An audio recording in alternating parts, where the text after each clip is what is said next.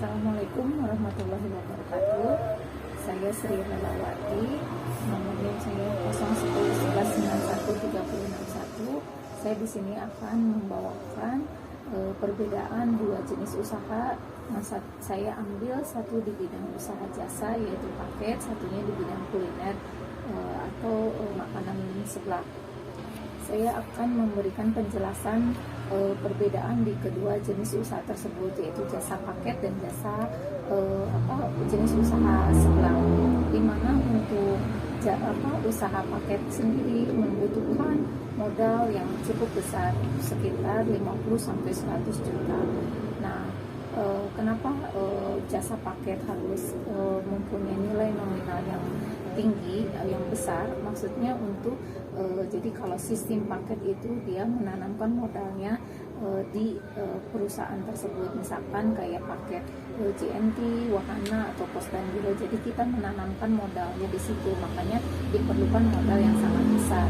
Beda lagi dengan jenis usaha seblak, di mana kalau usaha seblak itu mungkin hanya membutuhkan 500 sampai 1 juta, di mana kuliner seblak di sini dia hanya membeli bahan-bahan untuk produk seblak sendiri, dan dia modalnya langsung di sistemnya diputar gitu. Jadi tidak ada simpan untuk menyimpan modal seperti jasa paket.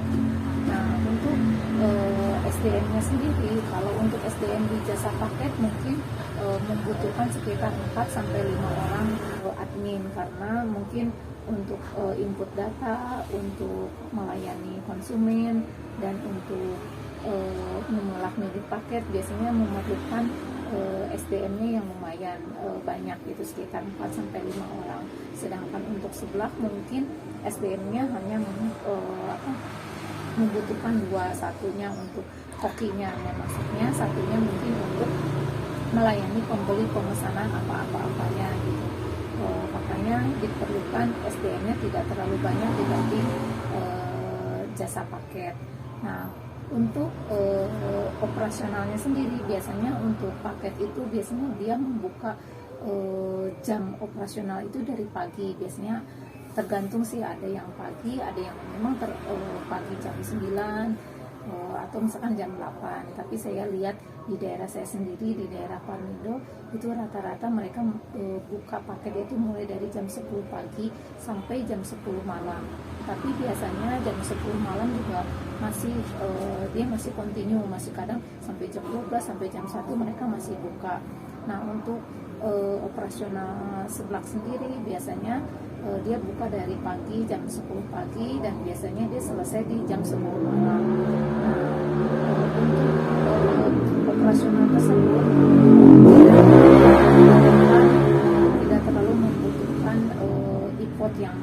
effort yang sangat intens, tidak seperti paket ya. Kalau paket biasanya kan terus-terusan input, ini kalau seblak kan tergantung pembeli datang, jadi ada jeda waktu lah gitu. Beda dengan paket.